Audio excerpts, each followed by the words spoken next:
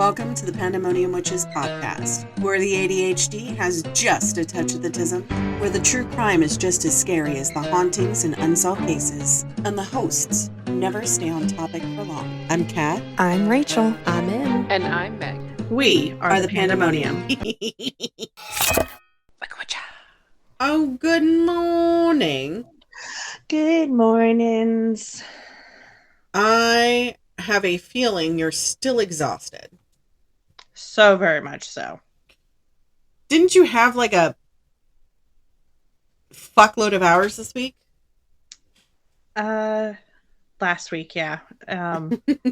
So total, Yes. I worked, I think it was 12 days in a row, but for one pay period, it was 60 hours. Right. Because I get paid weekly. And so I worked Wednesday through Sunday. So I did my normal 5 days. Right. And then pay period starts Monday. And then I worked Monday through that Sunday. Okay. I'm in so much sleep debt that, I cannot. It's going to take a while for me to get caught back up again. I mean, I remember, what was it? When I moved here, I was in sleep debt for 6 months. Yeah. Because of how much I worked. Because before the wedding, I was doing tarot readings every night. And that was just so I would have enough money for the move. Because most of my savings I used on the wedding. So everybody's just like, oh, your parents. No, my parents paid for food. But I refused to let her pay for anything. And she had to actually fight me for it. So I know the last couple of weeks we've had some surprising stories. Yeah, you could say that. We did the missing children for the 1 year episode. Yes. And then we did the most hated woman in America. Well, one of them at least. One of them at least. There is a new hated woman in America, which has been requested by myself. I don't know if I want to do it yet. I don't know if any other crime podcasts have done it, but it's, Is it the one that is re-up for parole in 5 years? No. That is the most hated among most women, most Latins, and most POC people. No, I'm talking about Ruby Frankie. Okay. So that's definitely a story that I do want to cover because she is a monster. I watched her biography, the documentary last night on Hulu. If you guys haven't seen it, it's those kids. I feel for those kids. It's one of the main reasons I was angry at one of my ex-best friends because she had a family vlog. And I was like, your kids get no space. They don't get to just breathe. Right. But today we're doing a case that was requested actually at Dr. Sister's wedding. Okay. So we love a good puzzle, a good unsolved case, but it seems only a few podcasters have covered this woman's story. So it's been covered by Crime Junkie, The Murder of My Family, Creep Time, The Dark Oak, and the YouTuber Aaron Stoner, the cold case guy. Okay. And also somebody came out of retirement to cover her story, Nancy Grace. Really? Yeah. So we're going to help spread the word about this person because there are still no leads to this day. Wow. But I have thoughts. Because, I deep dive on Reddit, of course. Right. So this woman is from Spring, Texas, and her lovely friend and follower, Ryan, requested us to cover this case. Thank you, Ryan. This is so her family, the Nellies and the Barrazas, can finally get some much needed attention. So without further ado, too long, didn't read. Disclaimer. Elizabeth Barraza was murdered in the early morning of January 25th, 2019 in Tomball, Texas, by someone who appeared to be wearing a disguise, and they have never been identified. Do you remember this one? Mm-hmm. Okay. So it's been 6 years as of this year. Insane. Yeah, so I did listen to Crime Junkies for a lot of the information because I couldn't call the sheriff's office because they were closed. So, it was after hours when I was doing a lot of my research because Can't sleep. I can't sleep. So, let's see if we can get some more people listening to her story and deep diving on some shit. I'm looking at you, party possums who like to squirrel on topics. So, Elizabeth Barraza, known to her friends and family as Liz, was born on October 2nd, 1989. She was a Libra. We love our Libras. My husband is a Libra. She was also a huge nerd, just like everybody here on the Pandemonium is. She loves Star Wars, even dressing up as characters from Star Wars to visit sick kids, volunteering her time in the hospital. Aw. I love that. Yeah, just to get them smiles, you know. She also loved going to Comic Cons, was a Potterhead, a huge Disney adult, a bibliophile, and an overall positive person and lover of life. Not only that, but she was super creative, kind to everyone she had ever met, and always wanted to help others. So I told you she dressed up as Star Wars, not just any person from Star Wars. She used to dress up as a stormtrooper. Oh, I love that. I love that, you know, and she had this thing about villains, you know, and that they could still bring joy. And her dad had said one of the things that made her really stand out was she didn't carry a pistol in her holster. She carried a baby Ewok stuffy. So people that's would see adorable. it. I know. I was like, God. So her best friend, Mercy Shelley, says much of her life was dedicated to helping strangers. And she gave an interview with People magazine along with a few other people that we're going to be talking about today. She had stated Liz was extremely thoughtful. She was very, very giving. She was a true friend to a lot of people. I don't know a lot of people that are willing to give up time and themselves for other people. Right. This case was literally a brain jumbler for me because I couldn't find shit. Nothing. Wow. I had to go to 3 different podcasts to get more information. And then I fact checked it with other places and I was able to confirm things. But there's not a lot out there because it's not a closed case. It's a cold case. So they have all this evidence, but nothing is fitting. You and I both like when things fit together and it's not. One of my kids just sent me, bikini season is around the corner. Unfortunately, so is a taco truck. Yeah. That is facts. Pretty much is. So, January 25th, 2019, just before 7 a.m., our lovely Liz was setting up for a garage sale in front of her house.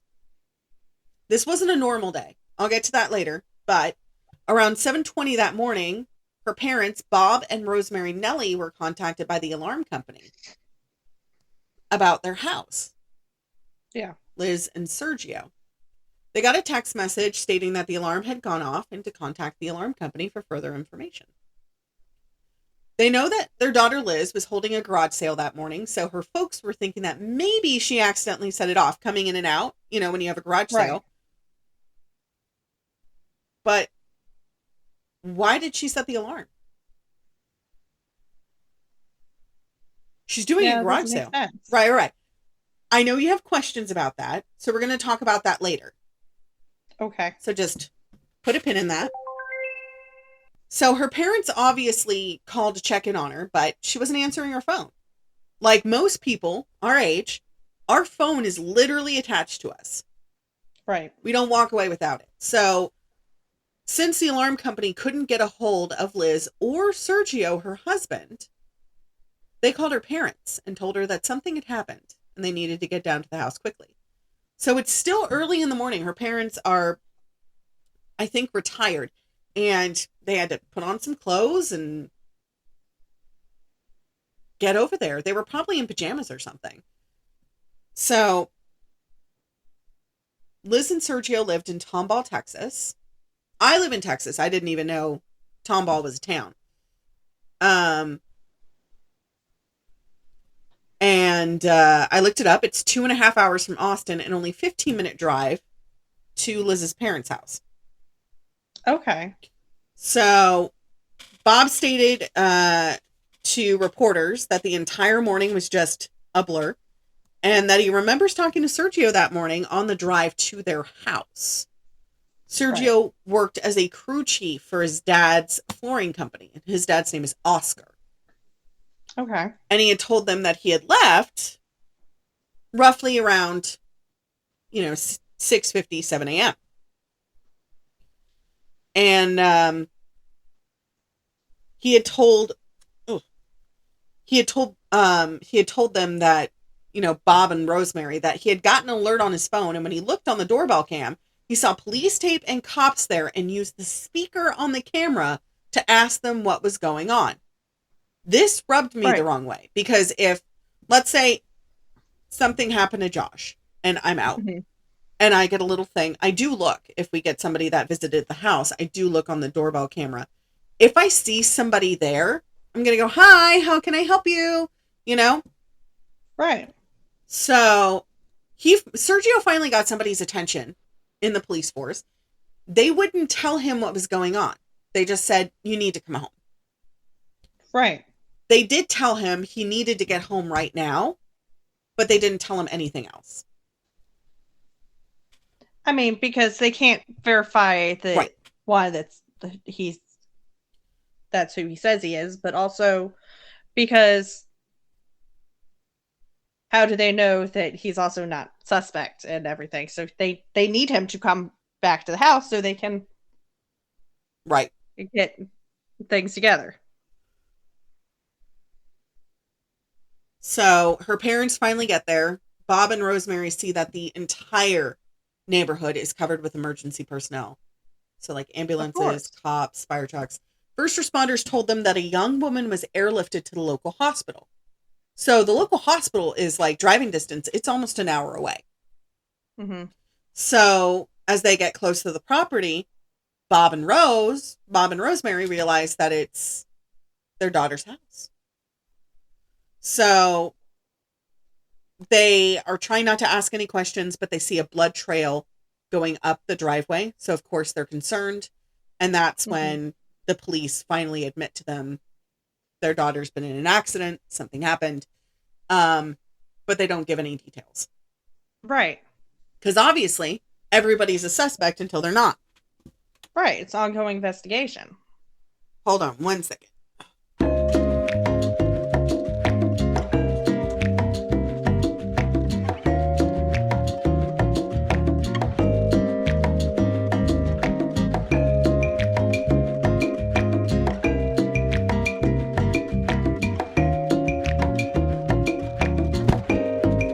To get my butt pad. That's fine. Because, my husband got me that viral fat chair, the crisscross applesauce chair. Yep. And it hurts my butt. Yeah, I get it. Because just sitting in it for too long, it hurts. Right. So, police finally stated that your daughter's been in an accident. Mm-hmm. We don't know what's going on. Right, because they also don't know after they sent her in the helicopter how things are progressing with her, so they can't update her on that either. Right. Well, remember I said I was going to talk about the alarm? Mm-hmm. You want to know who set it off? Did she? It was the cops. Oh. So, I'll tell you why. So, they were responding to a 911 call that happened in the area. They had said that there were gunshots in the neighborhood. Oh, shit. Yeah. So, when they got there, she was laying near the garage, still breathing, barely, but had a faint pulse. So, of course, they went into the house and cleared the house, called for help, Right. But they had to secure the scene. So the cops found her near the garage, went into the garage, went in through the unlocked door to look and see if anybody had been hiding in the house. Because, of course, they have to clear the scene. Right. You've seen it on... Because they don't know where anybody could have gone. Right, right. So you've seen it on TV shows, you know, clear, clear, clear. They actually do that. They actually do Right. that. So, of course, going over this, I wanted to talk about a few things that gave me the ick about some of the notes that I found. Okay. It's a safe neighborhood. She doesn't live in the ghetto. She lives in a cul-de-sac of a, not a guarded community, but like one of those communities that have those signs in the front. Okay. You know what I'm talking about? So not gated, but a nice middle class neighborhood. Okay. It's a good area. There's no shootings, there's no crime. Like, well, there was no shooting. There was no shootings in this area. But like this was a huge case because there's like, you know, normally when you look at your neighbor app, what's it called? Right. You know the one next door? That one. I'm not on that, but Josh is. And so he gets these things that get sent to him. And mine's just a bunch of junk. Junk and ads. I mean, and people bitching about water pressures and stuff. Oh yeah. Yeah. Like we get things for, you know, a few things. I sent that picture. My coochie's fat because that's where my hatred is. I sent that to Josh.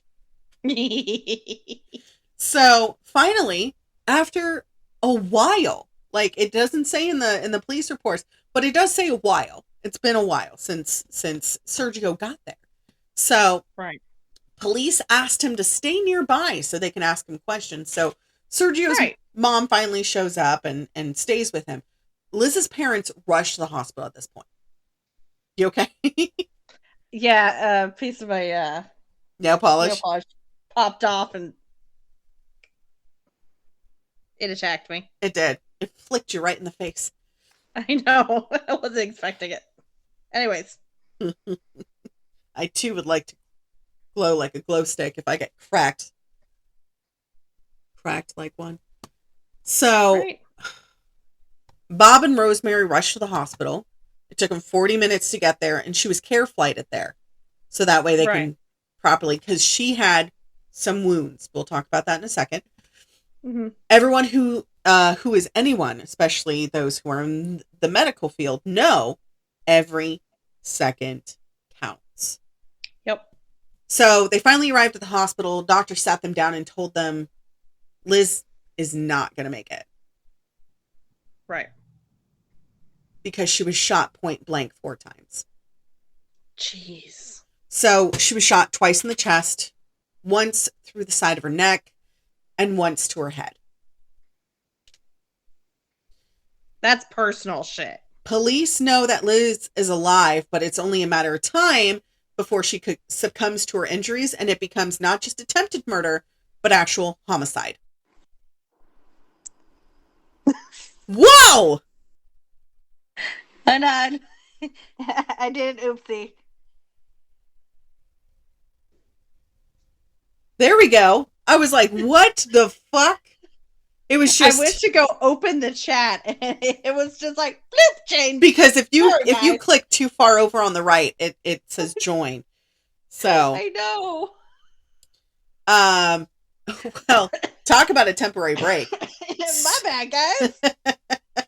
So, police and the detectives for the... I put faux. There's an R there.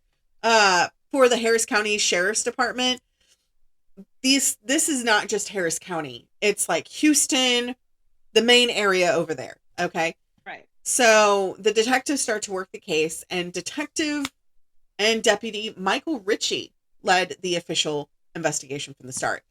He and his fellow detectives began questioning Sergio because, as anybody who knows, who studied true crime or anything like that, it's always the person that's closest to you, i.e. the husband, the wife, the spouse, the best friend. Spouse, significant other are usually always top suspect. Right. So right off the bat, they notice it's not an actual normal day for them. Normally, Liz would get up early and leave to go to her job by about 6:30 or 6:45. Sergio would leave to go to work by roughly around that same time. But she took off that specific day to host a garage sale. Because you and I both know Fridays are like the key days to have garage sales. Depends on the area. I mean, here in Texas, Fridays are the big days. That's when we sold out almost everything on Friday. Here where I'm at, it's usually Saturdays. Yeah.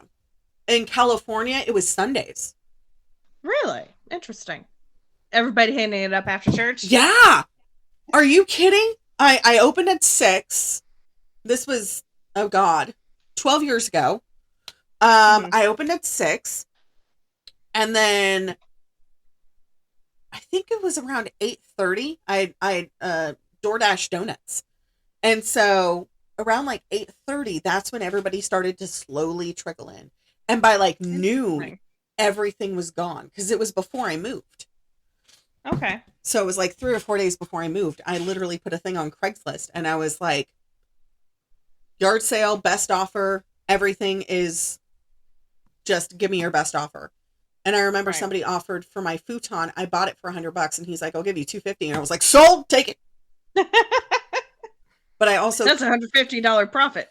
I made a new cover for it because it had like original, like a shiplap boat looking color, like a blue and white. I don't know. Anyways, so she was having the garage sale. Sergio wanted her to have somebody there with her. No, that makes sense. Right. Like, it's always much better to have 2 people do the yard sale. One to just do the money exchanges, and then somebody else to just kind of keep an eye on everything else. Right. But also, buddy system. Right. Like, anytime I would do anything here, like, Josh wants me to have a buddy when I go out. He doesn't want me to be alone. Hi, I'm Buddy. So 9 times out of 10, she's on the phone with me. It's dead serious. Dead serious. So her and Sergio actually wanted to make some extra money because their anniversary was on Sunday. Okay. 5 years. It was going to be their 5-year wedding anniversary. Mm-hmm. So they were going to go to Disney and Universal. Okay. She just wanted to make a few extra bucks just to help them, coast along. So her bags were already packed. They were brand new suitcases that resembled the ones Harry Potter took with him to Hogwarts. Oh, I love that. I know. And Sergio told People magazine we were gonna have this amazing time together. She'd even made custom Harry Potter shoes. So police know that from when Sergio had stated that what they had seen on the digital doorbell had a few things. Liz was up early. Sergio was helping her set up. She went to Starbucks at 6:08 to be exact. Sergio and Liz started to set up the garage sale when she got back from Starbucks. And then Sergio left for work at 6:48. Which is roughly normal time. So he drove to Lowe's after leaving the house to meet with some of his crew because Oscar, his dad, I just got a text message. I just started watching Bluey. I hate you. You're welcome. Because she's crying. Awesome. She loves it. So that's when he got a security alert on his phone stating something was wrong. So on his way home, he was literally not that long at all after he left. No. He had literally just gotten to Lowe's, which is maybe about like 3 or 5 minutes up the road. It's not too far. Right. So on his way, like super close. Right. So on his way home, he's rewinding the digital footage. So if you have like a Ring or a Nest or like some sort of digital doorbell, you can look back and look at the older footage. I think as long as you pay for the subscription, be able to do that. Ours only goes back a week, 7 days. And then after 7 days, it gets deleted. So although he couldn't see the shooting, he heard it. Oh, no. He shared the footage with the investigators, and the sound on the actual footage isn't the best, but they did hear a few things before the shooting. How do you greet me? How do you say good morning to me? Good morning, right? Yeah. Or morning, or... Right. But how do you greet somebody you don't know? Hello. Proper, Uh, right? yeah, hello. Good morning. Um, like very normally formal. Right. So, like, normally when I say good morning and I say, what's up, bitch? Or, like, Right. good morning, hooker face? Something like that. Like, Right. how I am. Endearments. Endearments, of course. Because you my bitch. Um, Yeah. Dakota sometimes can have it as his bitch, but no, you're my bitch. You don't have that relationship with him yet. I don't want that kind of relationship with him. Josh can No, have. I meant like the familiarity. Yes, I don't have that yet. Although Josh and him are getting along famously, which I love. I love it. So, Liz greeted someone cheerfully, saying good morning. A brief muffled exchange of words, and then 4 gunshots. Liz finally screams, and then they took off. They enhanced the audio. Detectives still can't work out what was said between the two of them, but although there was no visual on their camera, there was a security camera on the neighbor's house that saw everything. I'm glad the neighbors had footage. Me too. So, as Deputy Ritchie reviews everything that he's been given, he can't believe the cojones of the person that just walked up and shot her in broad daylight. I mean, it's Texas. It's not technically broad daylight yet. It's still a little dark because it's January, right? It doesn't start to get light at around 7 o'clock until March. But still, first thing in the morning. First thing in the morning. So, like, around, like, mid-February, end of February, beginning of March is when it starts to get a little light here. So January until February, 7 a.m. is like dark time still. Right. But seriously, come on. It's still considered shooting someone in broad daylight. That and like all the neighbors were still home, like or they were like out going to their own vehicles. I get to that.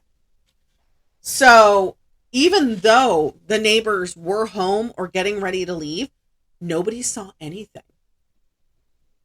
That's insane. So Detective Ritchie sees the dark pickup. It pulls up around 6:52, just a few minutes after Sergio left to go to work. So he left at 6:58, right? You see the pickup come up around 6:52. So it drove past. Oh my God. Right? So the truck passes the house, makes a U-turn, parks at the curb. The person who looked to be alone leaves the truck running, walks up to Liz, has the brief little discussion, and then shoots her. Tickler, they're wearing a disguise. Of course they are. A flowing coat or robe, and the detectives stride the footwear as go-go boots. And long hair, almost like a wig. Interesting. So, the cops can't tell the gender of the shooter because of the disguise, but it looks like there was a transaction or something, but the cops can't find anything. There's no note, no nothing. So the attacker shoots her 3 times, walks over to her as she's laying in the beginning of the garage and shoots her in the head, and then runs back to the car, gets in the car, and takes off. Again, that's personal to get up close to a person and then shoots them that many times and then walks over and then shoots them again. That's personal shit. Right. From all the information that I've gathered and from all of the research that you and I have done, especially on shootings, and because of my forensic background with the college, this sounds professional. And also, I took my headphones off. It is pouring. I had things I needed to do outside. I guess I'm not going to do them. Not right now. I guess I'm going to work on reusable paper towels today. That is a thing, guys. It's a wonderful thing. It's thundering outside. Anyways. You like the paper towels I gave you, right? Yes. I bought new ones because Joann's was having a going out of business sale. Right. The spooky flannel was 75% off. Oh boy. So, shooter shoots Liz. Bam, bam, bam. Walks over. Bam. Runs to the car. How long do you think it took? Maybe 5 minutes, if that. Less, more. Less. Less than 1 minute. The whole interaction. Yeah. So, of course, I said nobody saw it happen, right? They heard shots and called 911, but no one saw anything. Right. Because less than a minute, like, everybody just happened to still all be in their house at that point. Right.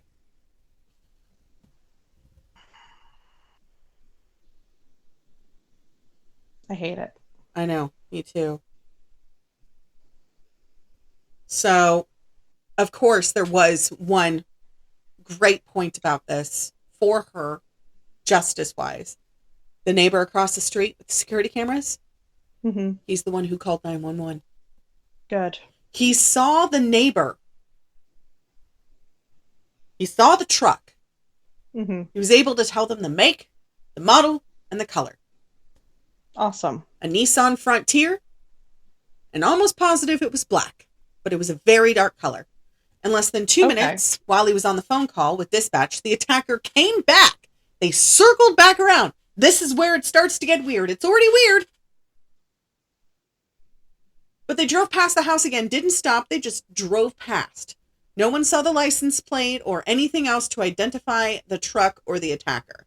So, which is so weird because in Texas, you have 2 license plates. You do. One in the front, one in the back. Right. In California, you only have one, which is the back one, or you can have both, front and back.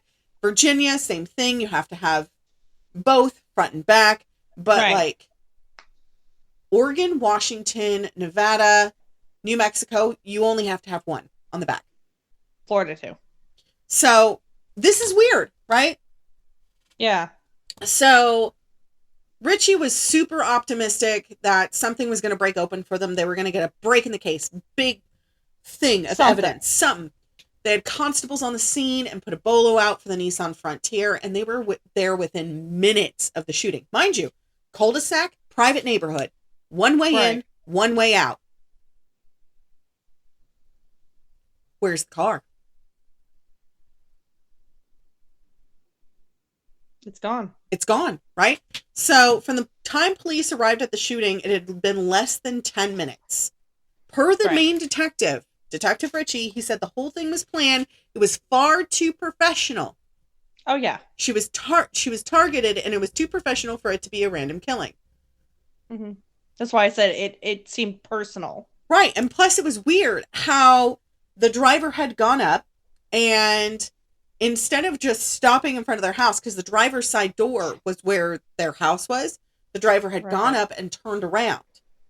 So in order to shoot her, he would have had to get up. They, not gender biasing here, they would have had to get out of the car, run around the car or the truck, shoot her, and run back around the car to get in the car and go away. Right. So detectives think that the shooter knew that the house had a Ring or a Nest doorbell. Right. But wasn't expecting the neighbors to also have security. Correct. So they either would have studied them or must have known the Barrazas, because Liz was supposed to be at work, not at home. Right. So it should have somebody that knew she had taken the day off, knew she would be at home. That's empty. By the way, I love my new gallon water jug. You're welcome. So, side point. I had my 5-year sobriety anniversary. Super stoked. It was on Pie Day, which I don't think I will ever forget that day for as long as I live, because Miss Cat brought me home a pie. I think it was pie ever. Best pie ever. It was so good. And then Josh special ordered me a pie. I got 2 types.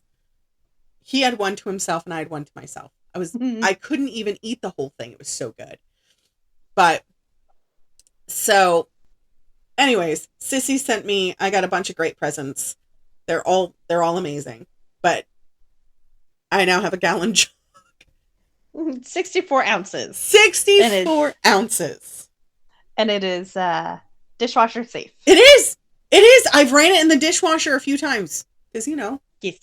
you still wash the straw, but I mean I wash the lid once a week. Yes. So I need to let you know the gun that was used. Mm-hmm. Typically, professionals use 9mm with silencers, right? That's the typical go-to, right? No. This person decided to use a revolver. Interesting. There were no. So they didn't care about it being heard. There were no shell casings at the scene. Because revolvers don't spit out the shells. Correct. And they still haven't found the weapon. Because there's no shell casings to go off of. Correct. Well, there is. Well, obviously, like there was the bullets in her, but no shell casings left at the scene. Dude, can you hear this? No. It's like hammering. You remember, I think it was within our first year, I think the first few episodes, it was coming down like. Yeah, and then all of a sudden it started hailing. I remember that. It's kind of sounding because it was hanging off the window. Yep, I remember that. Scared the shit out of me, man. So, detectives think that her husband, Sergio, was going to tell them that somebody had it out for her. Wanted her dead. Wanted her gone. Please tell me you heard that. Yes. Is that thunder? Holy crap. It's far enough away. I'm keep counting Mississippi's. It's far enough away. Yeah. So, Sergio does admit that there was one person who did have beef with her. Liz and her had a disagreement, but she was a member of the Star Wars fan group that she was a part of, which you and I both know reenactment groups and cosplay groups are huge chunks of your time. You actually like devote time to them. Right. So the group that she was a part of is called the 501st Legion, which I do know people who are a part of that group based out of the cosplay people here. I did send them messages, but nobody's gotten back to me about that. Okay. Sergio insists that the argument between the two of them were petty, and it wasn't enough for anybody to actually want to kill her. Sergio,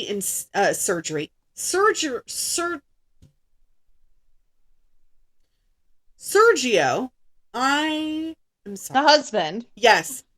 The husband instead suggested it was a robbery gone wrong. Police know this isn't right. Nothing is missing. Her lockbox for the garage sale with change in it is still there. They didn't go into the house to rob it. Right. So Sergio is obviously the first suspect. Right. Ain't nothing else making sense. So this, I need you guys to understand, if we've learned anything from TV or movies, it's always the husband or the boyfriend. Or it's always the wife or the girlfriend. Other. Right. So detectives ask Sergio about his relationship with Liz, thinking they're going to uncover some mystery, betrayal, an affair. Something. I want you to give me one guess. Just one. Tell me something that they found. Absolutely nothing. Abso-fucking-lutely nothing. Their relationship's perfect. They have a weenie dog named Diesel. They've been living together for years. They've been sweethearts forever. No affairs, no lying, no issues. He stated he would never harm Liz. And they asked all their friends, his parents, her parents, everyone they could talk to. They loved each other unconditionally. There was nothing that they wouldn't do for each other. So at this point, detectives know for a fact that he wouldn't have pulled the trigger. They asked people that he met up with, the crew for his flooring team. They're like, no, he was actually here. Like, right. Sergio also... He couldn't have gotten there and then done that and gotten back and everything. So, just based on body sizes, right? I'm a lot shorter and a lot wider than you, my dear. You are an Amazonian, tall as shit, giant tits. I am a short fuck. All right. So Sergio is just like the exact opposite of the shooter. Mm-hmm. The shooter is tall, lengthy, thin, athletic build. Sergio is broad and heavyset. Right. He works construction, of course. Right. For those of you who don't know, most construction workers, they thick. They thick boys. They thick boys. And girls. Yes, that's true. They're thick people because they have straight up muscle. We love our girls who work construction. They're baddies. Yes. So, this still doesn't rule out his involvement, though. Detectives, of course, tell him, we're still looking at you because we have to rule you out completely. He says, fine, right. I don't care. And gives the police access to everything they own. Right, bank records. He's like, I have nothing to hide. Exactly. Here. Exactly. And so on the case with Paula Zahn is fantastic. She does all these interviews and everything like that. Mm-hmm. She reported that Liz also had life insurance through her employer and that he would be the beneficiary of. But he said it wasn't actually worth all that much. He didn't know the price of the payout. Right. Nor does he want it. Because it doesn't bring her back. So there's something off about Sergio, though. Okay. So he was telling people earlier that he was really worried about her having the garage sale alone. He encouraged her to have a friend or a buddy there, buddy system, like we talked about. Because, you don't know who's going to show up at a garage sale. Right. It makes sense. So he encouraged her to have a friend there. That's why the alarm was set. He told her, set the alarm since you're outside. If anything happens, run to the door. Right. Set off the alarm. I get that. I understand that. Yeah, 100%. I have an alarm. Set the alarm off because then, shit's going to happen. Right. Whether we like it or not, shit's going to pop off. Right. Oh, Carly got little tattoos. They look like little dragons like yours. They are little dragons. I love them. I love how one is connected to the vine on her shoulder. I do too. Anyways. I've already told Cece I want my shoulders done. Mm-hmm. So, Sergio reminds the detectives that, it is a safe neighborhood. I was just terrified of her having a garage sale and I wasn't going to be here. I get that. Because it is a safe neighborhood. There's been no history of thefts or anything like that. But still. He does cover himself. They are very sketchy people show up at the garage sale, so. Right. But they are very careful people. They're very, cautious about everything that they do. Mm-hmm. But for me, something isn't adding up. I was thinking this was like a Six Flags situation because his overall demeanor is bananas. So if your husband gets shot, you're going to be upset, right? Yes. There's 5 levels of grief. There's also 5 levels of trauma. There's fight, flight, freeze, fawn, and I can't remember the last one. I get this, right? Right. I've been in some terrible situations. Instead of crying or sobbing, I just am in freeze until I can be in a safe situation because I, got attacked. I was in the hospital. I'm just stoic. By the time they had a security guard outside my door and they closed that door, I sobbed for hours. Oh, yeah. Because I was safe. So everybody else is saying his demeanor doesn't make sense. As somebody who did study trauma and did study this demeanor and has had trauma like this, he was sitting in the police car listening to the audio of his wife dying, and he was calm. Which sounds like freeze. Sounds like he was in shock. Correct. So, Which is entirely normal situation. Right. So, cops are thinking that the husband did it. I don't think he did. No. I think he legitimately loved his wife, and he was so terrified and so shocked of everything that happened, he couldn't process it. Right. There's no... not at that moment. Right. But he doesn't do anything. And she's screaming, and, it's the response. Sergio was talking to 2 different agencies who were investigating her shooting, and he never once asked how she was. That's a lie. So from what I heard from the other podcasts, he had asked several times if his wife was okay and if he could go to the hospital and see her. Right.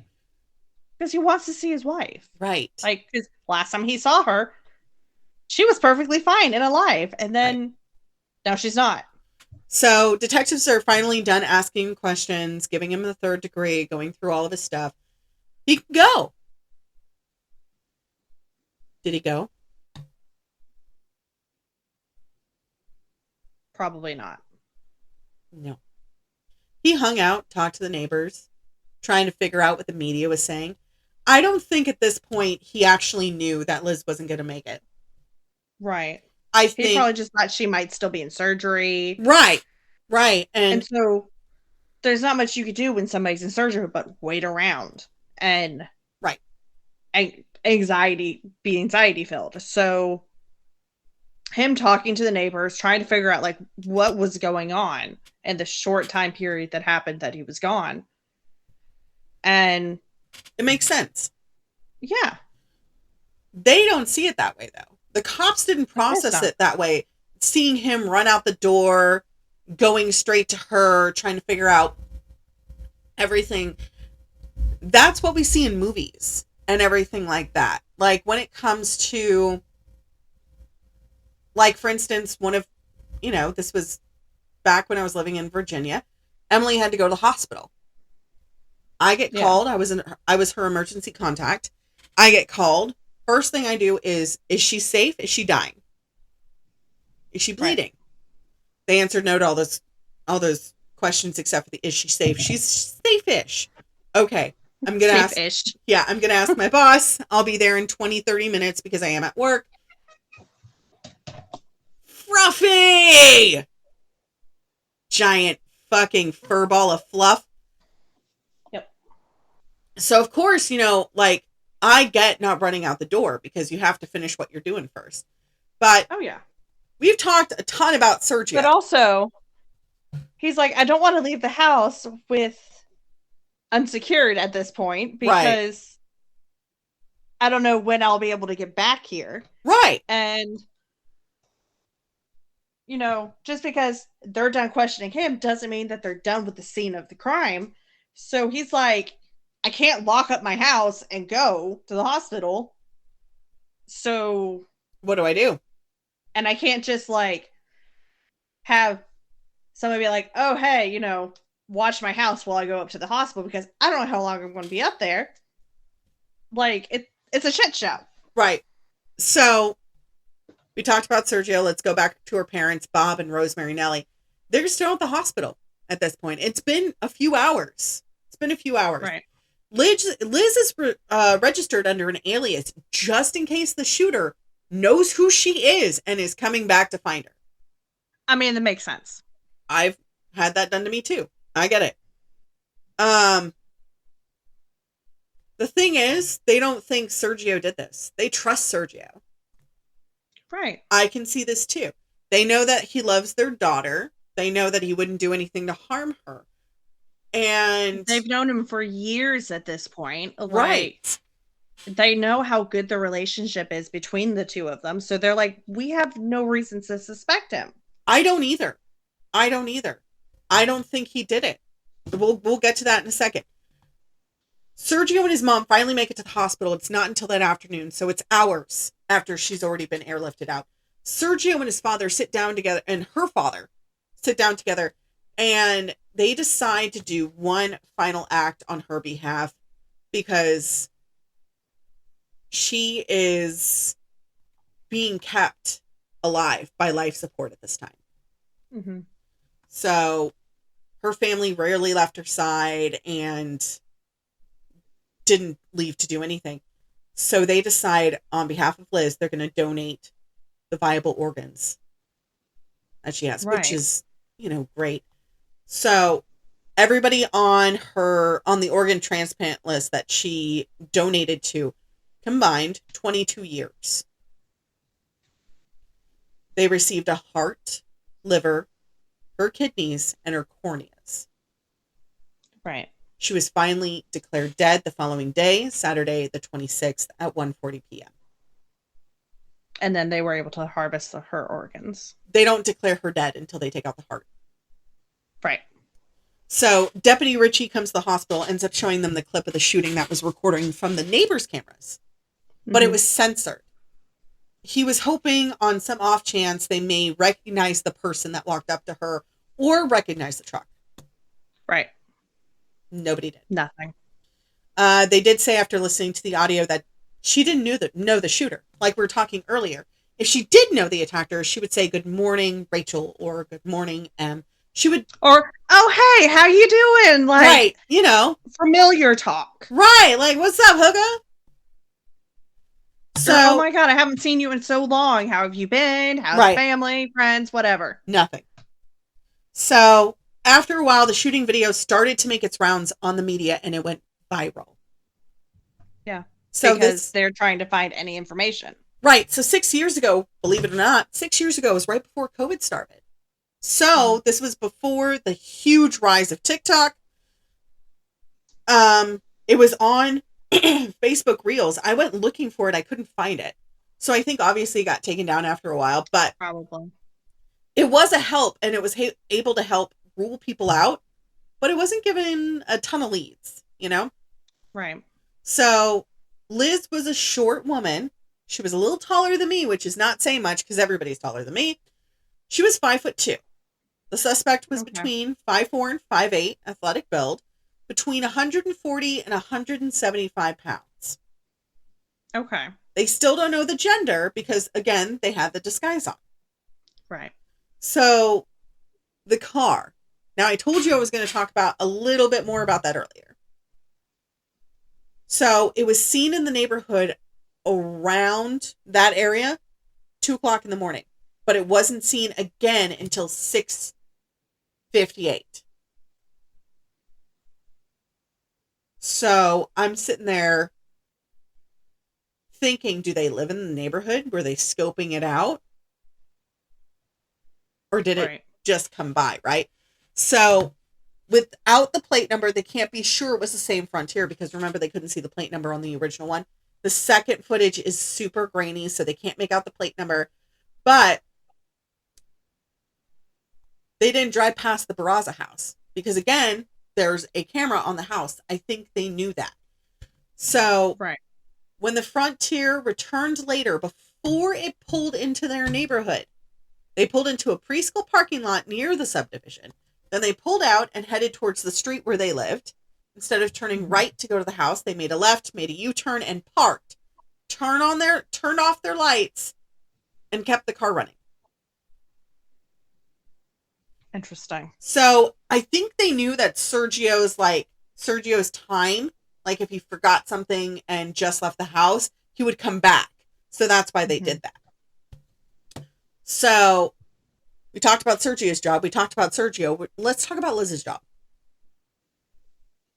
So Liz worked as a data reporter for the Rosen Group, which is a company that inspects oil and gas pipelines. I went on a deep dive of that. Learned a lot about oil and gas pipelines. The more you know, shooting star. She worked out of the Houston location with a small team of people, and it didn't take long for the detectives to clear all of the coworkers and find out that she was the only one that wasn't working that day. So they all had valuable alibis. And none of the coworkers lived anywhere near where she lived. Okay. Also, no one who worked with her had a Nissan Frontier. Interesting. Right. And they probably also all loved her and got along great with her, because of course. So, we talked about jobs. We talked about family. We talked about coworkers. What's the issue? There's no reason for her, right? We still have a killer out that's untraceable. Right. No one aside from Sergio, her family, and her coworkers, and a few close friends knew she was having a garage sale that day. They didn't post it on Facebook or Craigslist or nothing. They did make some signs. But even though Sergio told them where they put the signs, they couldn't find any of them. So somebody took them down. No say. But, I mean, police kept thinking that Sergio was the person who did it, or at least orchestrated it. Because they dated for a while, went to Comic-Cons, they went to Ren fairs, they married in 2014, bought a house. But even though police knew all this and had access to everything he had, there was no evidence to point that he had done a gun for hire or anything like that. Mm-hmm.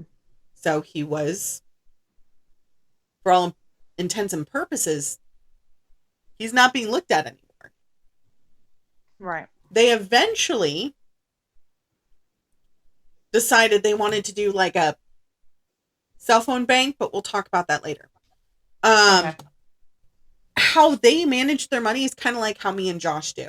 I manage the accounts. I do a breakdown of the budget, exactly how much we spend every paycheck. Right. We each have separate cards. Mine is a different bank, but he has a different card. And we buy each other gifts that way. It's the same for them. Right. But their bank records are clean. There's nothing off, you know? So nothing suspicious. Anytime they asked him a question, he gave it to them. Anytime they wanted something, here it is. Like, no questions asked. He had nothing to hide. Nothing. So there were inconsistencies with his statements about the garage sale signs, though. Mm-hmm. Which is fine, because it's just, when are you putting it up? So he thought it was the day before, but told the investigators it was the day of, and then later changed the story to the day before. But there are no pictures. So they can't prove it, right? Right. But remember the life insurance we talked about? Mm-hmm. The policy is worth $250,000. Which means, since she was murdered, a double indemnity clause doubles the payout to $500,000. $500,000. That's a lot of cheddar. That is. But that's not what's weird. Sergio didn't know how much the policy was. Knew nothing about it. Was it like through her workplace or something? Yes, it was. Liz had bought the policy when she started working for the Rosen Group in 2014. It was her dad, Bob, who told her to get as much coverage as they offered. I mean, it makes sense, though. Like, because if... So, with my job, they have a life insurance policy that you automatically get as an employee. Right. Same with Josh. And so we put, who we, our beneficiaries are, and like how much they would get if there's multiple. Right. Blah, blah, blah. So yeah, that's why I was like, was it through her workplace? Since he had no clue about it, it would be like, oh, here's this package of paperwork from HR, fill it out. Okay, yeah. Right. Done, forget about it. Don't think about it. Right. It doesn't exist. Right. Because you don't think about it. Right. I mean, I had one through my old job, and then when I stopped working for them, I could cash it out and put it in my 401k, and that's exactly what I did. Right. I did something stupid and I cashed out my 401k, but we're not going to talk about that because we make dumb decisions. We make dumb decisions. I had to pay off some debts, all right? So well, that wasn't a dumb decision that you had paid off debts, but it was a dumb decision to cash it out. We're not going to talk about old me. Okay, let's just talk about that. So Richie, of course, was thinking it was Sergio because, of course, quote unquote, husband did it. Kept telling Sergio, I don't want you to get the insurance payout because I'm automatically going to think it's you. Get that. Completely understand that, as anyone would. But everyone has said that Liz and Sergio had nothing but the best marriage. Right. There was no debt. There was no affairs, no nothing, right? Yeah. So There was somebody in their lives, though, that was having an affair. Who haven't I talked about? I've mentioned Bob. I've mentioned Rosemary. The mom. I've talked about Rosemary. Oh, yeah. His parents? Oscar. And the wife, which has remained nameless through all of my notes. Oscar was caught cheating on Sergio's mom with multiple women and spending a lot of dough on them, a lot of cheddar. So because of that, his finances were suffering so much so that Sergio's check had bounced. Because remember, he works for his dad's company. Oh, no. Liz was pissed. Oh, yeah, like 100%.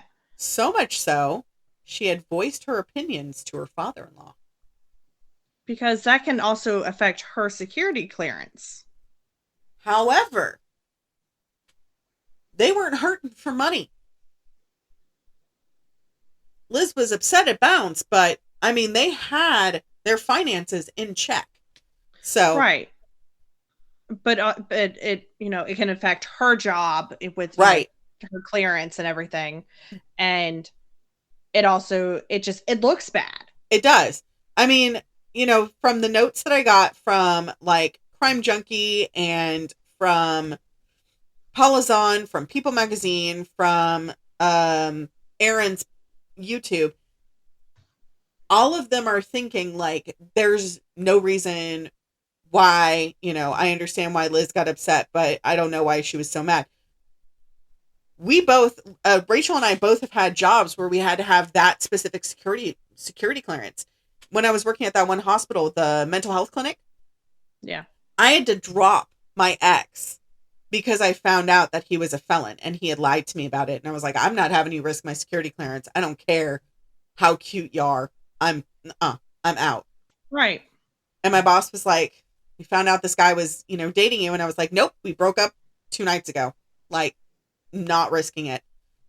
And it's not worth it. Right. They had to keep checking in on me to make sure that I wasn't going to date him again. And I was like, absolutely not. I blocked his number. I blocked him on all forms of social media. Done with him. Huh? I said done with him. Done with that bitch. So, and of course, now I'm married and I have my fabulous husband. But, so, Paula Zahn, of course, we talked about her earlier. She had an interview with Oscar. And he stated that the check was an accounting error and his finances were better now. Everything's good. I call bullshit. I call bullshit. I call a bullshit. Bullshit. Bullshit. So, however, county court records state that Oscar was dinged with a fuckload of lawsuits for not paying taxes. And also in the construction business, you don't pay the people that are giving you the supplies, they get really pissy and they go after you. Oh, yeah. So, I only know all of this because of the shittery the contractor did with Mom and Dad's house. Right. I remember you were so pissed. I was pissed for like a solid 4 years with that shit. There was one day. So much anger. You just made this huge long post and I was like, damn. I never want to get on her bad side. I still haven't. No. But I mean, it takes a lot. But it does take a lot. But so Oscar cheated on his wife, right? 3 different women. The kicker. You ready for that? Did one of them fit the description? Nope. Not yet. He's given over $20,000 to 3 different women. Wow. Yeah. It's a big chunk of change. So, Liz apparently never confronted Sergio about this, and they had talked, Liz and Sergio, about what to do with his dad, and they decided, we're not going to get involved. I'm still working for him. So, do you think Oscar could have done it?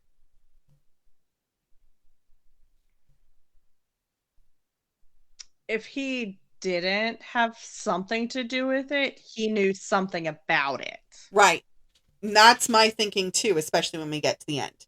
Because of course, like I did before, because you guys liked it, the Reddit comments are at the end. Because of course there's cold cases on Reddit and they deep dive into everything.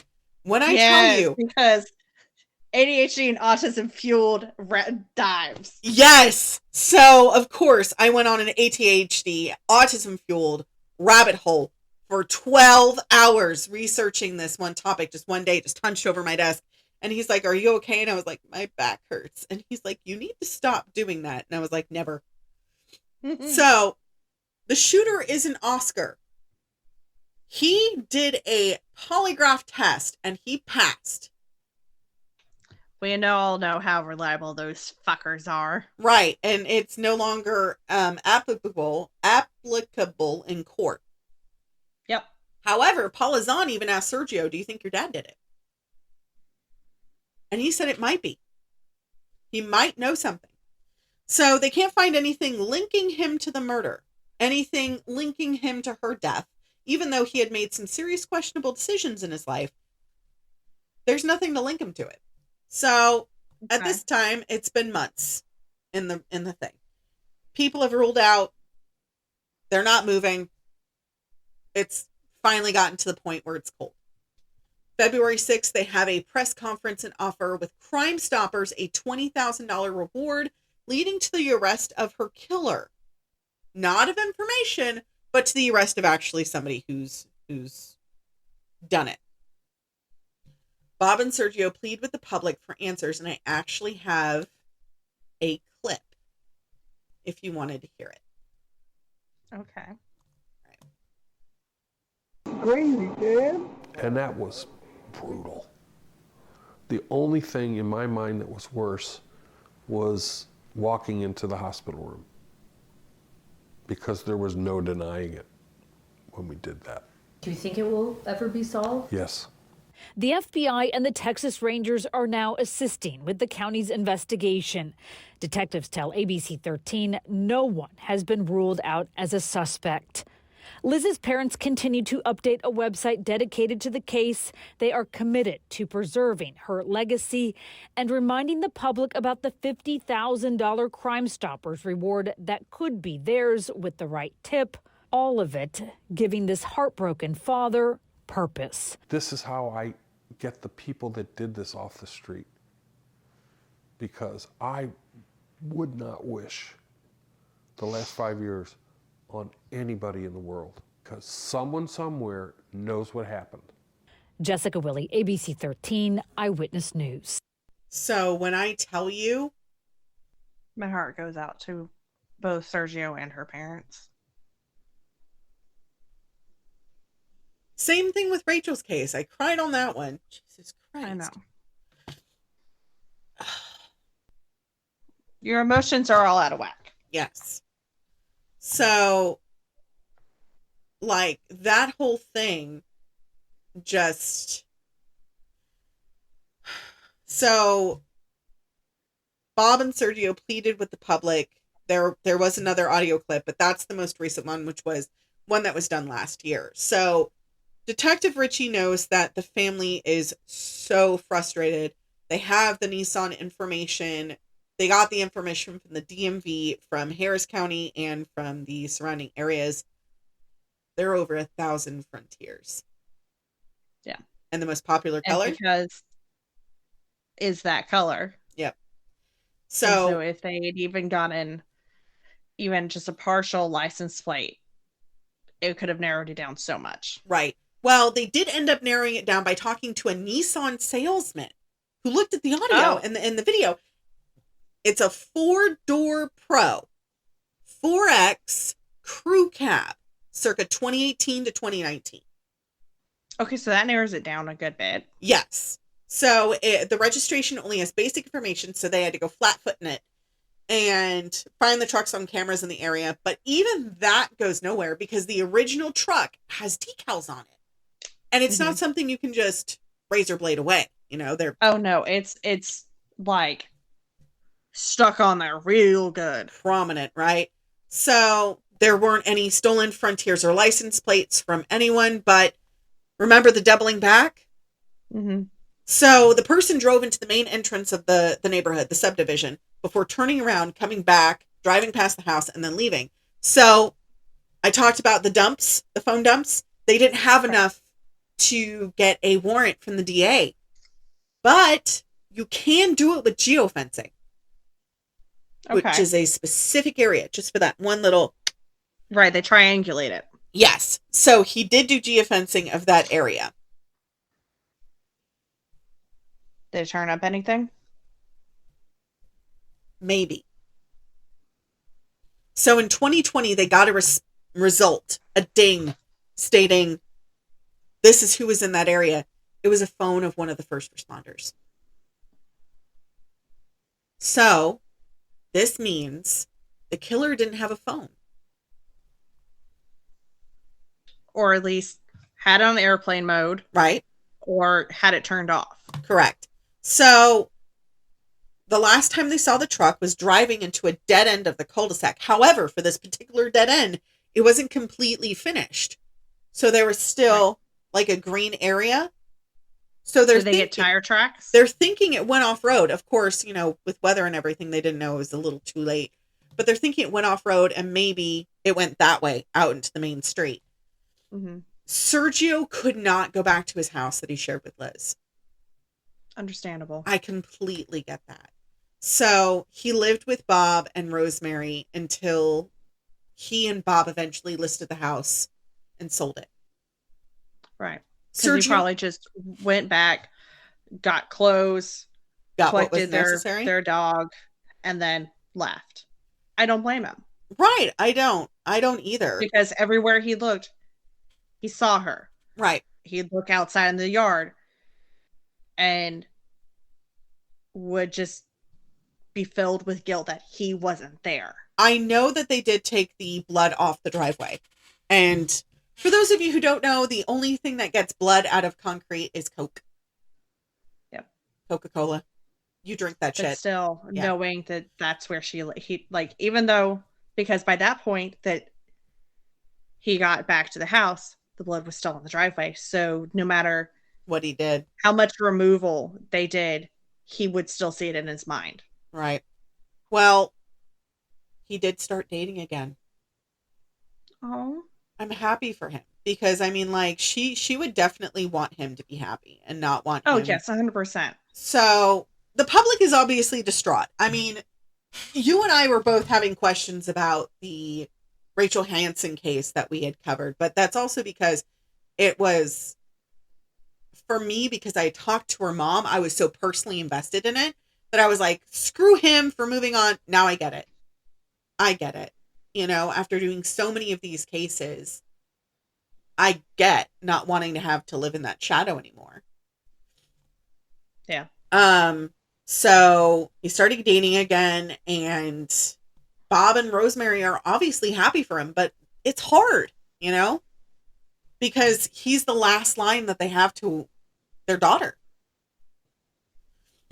Right. So, of course, the public is distraught because the public is now having rumors saying that his new wife was involved and she did it.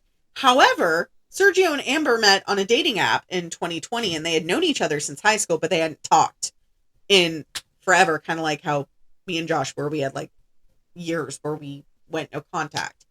Amber took a polygraph to help people's minds get better, but guys, people move on. Right. It's not saying that he didn't love her. He loved her more than anything on this planet. It's different. You know, mourning is different. And for you guys who say, but also, he probably was in extensive therapy as well. Oh, yeah. No, he was in therapy, without a doubt. But, like, people going, well, you don't know. I do. We're not going to get into that because I don't want to cry for a fourth time today. We're not going to get into it. Okay? So, he did have something to say. Even though he is remarried, he still loves Liz and is hopeful that an arrest will come soon, especially with how much press she's been getting in the last couple of months. Because as I said, Nancy Grace, you know, Right. everything, along with Crime Junkies. We love our fellow podcasts out there. He says, I hope police just have something they're holding on to and getting ready to snap their jaws around it. So I know you heard it on the audio. Liz's parents updated a website, and it's called whokilledlizbarraza.com, which we will have in our comments. It's dedicated to the case.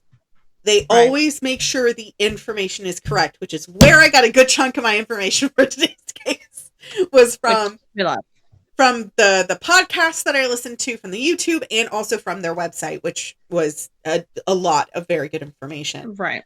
On the 3-year anniversary, they came out with a new total for the reward, which is now $50,000, thanks to crowdfunding and community fundraising. Love that. Richie is now captain of the Harris County Sheriff's Department. Good for him. And he has decided to take on this case solely because he knows the family. Right. It's a personal vendetta for him at this point. So he warned them, Bob and Rosemary, learning the truth about who's behind the murder is going to devastate him. So my first thought was, do they know something that we don't? Yeah. I think it's because he knows that once they find out who the killer is and they finally get answers, it's like they won't know what else to do with themselves, because this is their sole mission at this point. Yep. It's their life. So Richie was saying this quote wasn't about a specific person, but he thinks it's about someone that was close to her. They're still trying to narrow down facts. Bob and Rosemary don't think this is the work of just one individual, as we heard on the audio. They think that it is a planner and an executor. Most likely. They still don't have any answers on who did it or why, but her best friend, who we talked about earlier, Marcy, she did create a library in her honor called Liz's Library, and they donate. I love that. They donate box sets of Harry Potter books to children's hospitals. I'm gonna cry about that. So Bob and Rosemary are now championing for people who are parents of these homicide victims, and they don't talk to Sergio a lot anymore, but he's apparently doing well. He did not want to comment on any other podcasts, so I did not reach out to him. But also, probably talking to him brings back memories, and they're happy life. He's moving on, and it hurts. It does. It definitely does. And I mean, he came out publicly asking the public for answers and tips about her death. And he said, I quote, I had to trade our 5-year wedding anniversary for her funeral. I wouldn't wish that on anyone. Right. It's heartbreaking. Like, please give the guy some space. Like, give him a little bit of breathing. He was planning probably family, like, years down the line, and instead that gets cut so short. Right. So her Star Wars friends and fans raised reward money for the reward, which is how it got to $50K so quickly. The FBI and the Texas Rangers are now on the hunt for her killer. And her father said, I want this person off the street because I don't want any other family to go through what we've gone through. For 5 years. Right. For 5 years, I spend every night wondering who did it. That's sad. So the lead investigators have stated that Liz's family has been nothing if not cooperative for the last 5 years. The lead investigator, Richie, has stated, this is the most frustrating case that I've had as a homicide investigator. He also asked the information from the public and is hoping with new technology, there might just be some answers that can be found to bring the killer to justice. So, of course, this is when I went on good old Reddit. You are not going to be disappointed by the comments either. So, you ready? Yes. Okay, so user Bingle Bell stated, reading how she purchased her coffee at 6:07 she was deceased before the hour was over makes me think in awe that we never know when we're sipping our last beverage or just another thing like that. It can happen to us at any moment. A lot of people respond to that, and we're very much like, yeah, I completely agree. User Jesse U22 and Hannah Solo made excellent points, though. Hannah Solo 23 stated, Sergio telling her to make sure the alarm was set for the garage sale was super weird. For some reason, this really bothers me. It bothered me too. Until I read further about her being alone. Right. Nobody home. I get it. Jesse U22 followed up with, I'm perplexed. By putting your alarm on while having a garage sale, my experience is I'm always running into the house for something during the sale. The idea of turning off my alarm and then on again each time makes no sense to me. It would never occur to me that having a garage sale might be a risky activity, i.e., something happening. And that's a thought for somebody who's never had to do a garage sale or a yard sale or anything of that kind of nature. It is definitely scary. I have had... Oh, and it's dangerous. I mean, you remember when I did the garage sale and Josh was here, but he went inside for something. I can't remember what. And that guy showed up. He was down the street. He went down to the street. He went to the gas station. Right. And that guy showed up because I was on the phone with you. And I was just like... Because you were still setting up. Right. And I was like, can you please leave? We're not ready yet. Please leave and come back. No, I can just wait. And then like literally sat in his car in the back seat and was like eyeballing me. And I was like, what the fuck? So while I'm blowing up Josh's phone going, you need to get back home now. Yeah. Like, where the fuck are you? So follow-up commenter S1.E75 said, this is the first time I've read of the alarm being set. Sergio telling her to set the alarm just in case anything happening is weird. Like you said, during a garage sale, one might be running in and out of the house. Most garage sales I've ever been to typically have more than one person working them. For safety reasons. They're a pain in the ass, but to do one alone would be uneasy for me. I am not her, so I wouldn't speak on her. It's just odd, which I can get behind. It is odd. I agree. Yeah. And the person knew she was staying home that day because normally she would be at work. And since they didn't advertise much about her, it had to be someone that knew her whereabouts that morning. This whole case is baffling from the start, but I do hope there is justice for Liz soon. Me too. Meanwhile, I like this name, Saturated Sock. What the fuck, man? Saturated Sock had said, Sergio originally told police that he put signs out on Friday morning. You'd think he'd know if he put them out that day because he was interviewed maybe an hour or two after and he said that they were put out. Then he changed his story to say that they were put out Thursday night. I think this is because the same truck had been driving by the house 2 a.m. on Friday. If the garage sales were put up, it wouldn't be likely that Liz was targeted because of the garage sale. If the signs were put up Thursday, there's a chance that someone decided they saw them and said, hey, I'm going to target whoever's running the sale. That's valid. Why is there inconsistencies in his statement? I still think it's Sergio. Too many coinkydinks. They said coincidences, but I like coinkydink better. Me too. Last but not least, Zazen, JMN. Try saying that 20 times. Confirmed some people's Reddit names. Listen, they confirmed the suspicions. Sergio rolling out at 6:48 and the truck making their move at the exact same time is pretty damning for me. Either someone was watching and reporting to the truck, went to make their move, not likely because what if Sergio forgot something and returned home? Which is exactly what we thought, right? Right. Or Sergio let them know when he was leaving and it was time to make the move. Either way, hopefully this thing gets solved eventually. They couldn't have called them because there was no phone in that area. Right. Aside from, Liz and the surrounding neighbors, but there was nobody unknown, Right. With that being said, this was the case of Elizabeth Liz Barraza.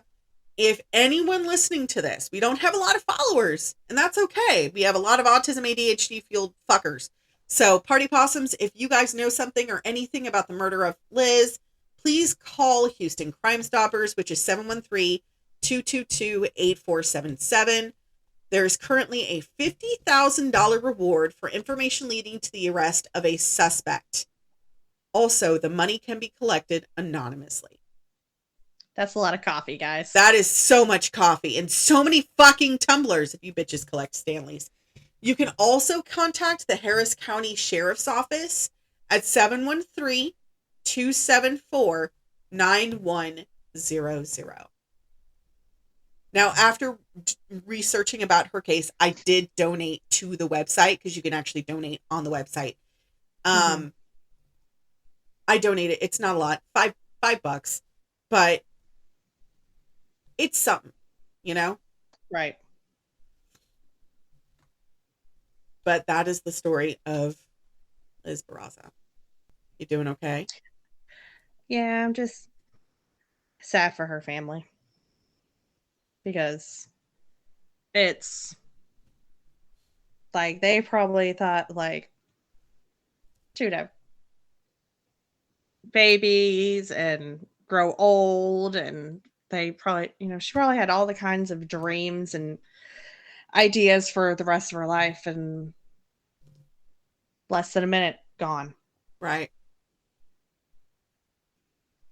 It just sucks. It does. It really much sucks. And it's like,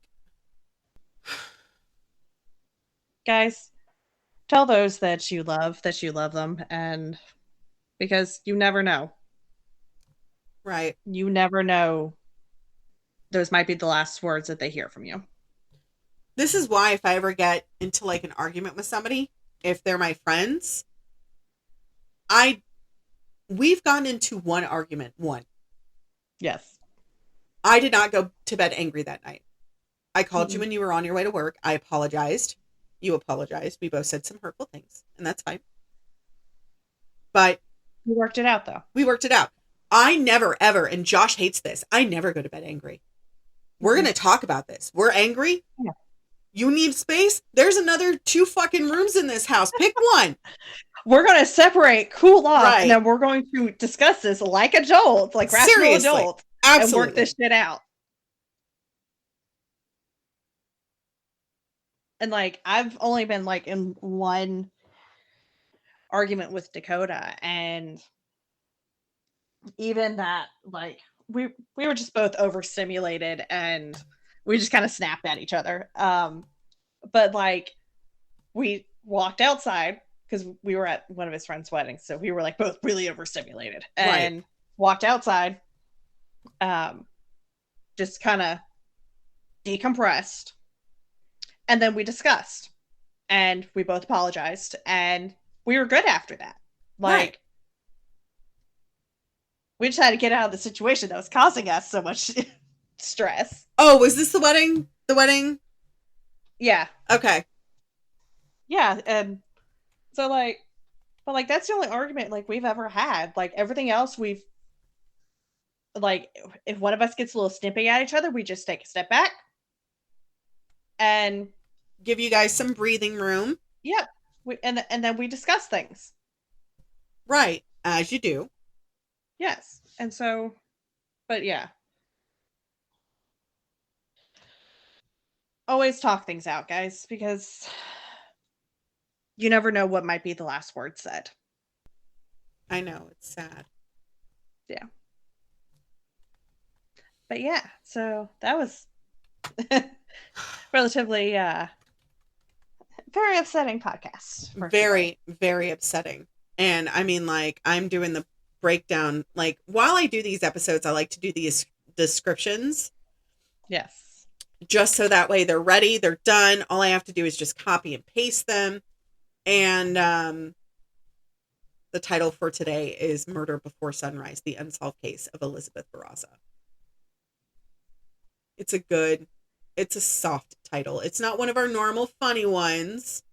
Right. Which I apparently have one for the last episode that Emily wants me to use.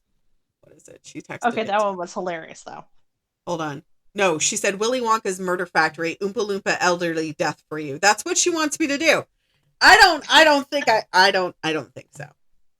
No, I feel like that that's a little bad. A little bad. That's a lot bad. But I mean,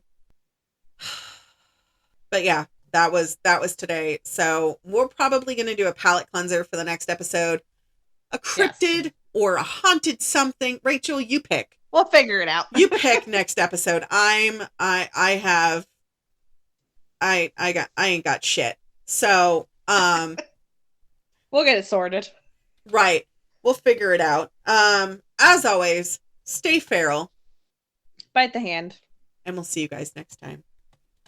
Okay, bye. Okay, bye. Next time on the Pandemonium Witches.